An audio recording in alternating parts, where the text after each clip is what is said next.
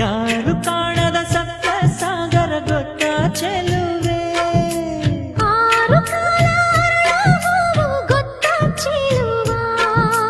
ಹೇಳಿಬಿಟ್ಟರೆ ಕೇಳಬಲ್ಲೆ ಮನಸ್ಸು ಕೊಟ್ಟರೆ ಹೇಳಬಲ್ಲೆ ರತ್ತು ರತ್ತು ಬಿತ್ತು ರತ್ತು ರತ್ತು ಬಿತ್ತು ರತ್ತು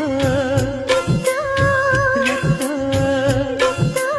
ಯಾರು ಕಾಣದ ಸಪ್ತ ಸಾಗರ ಗೊತ್ತ ಚೆಲುವೆ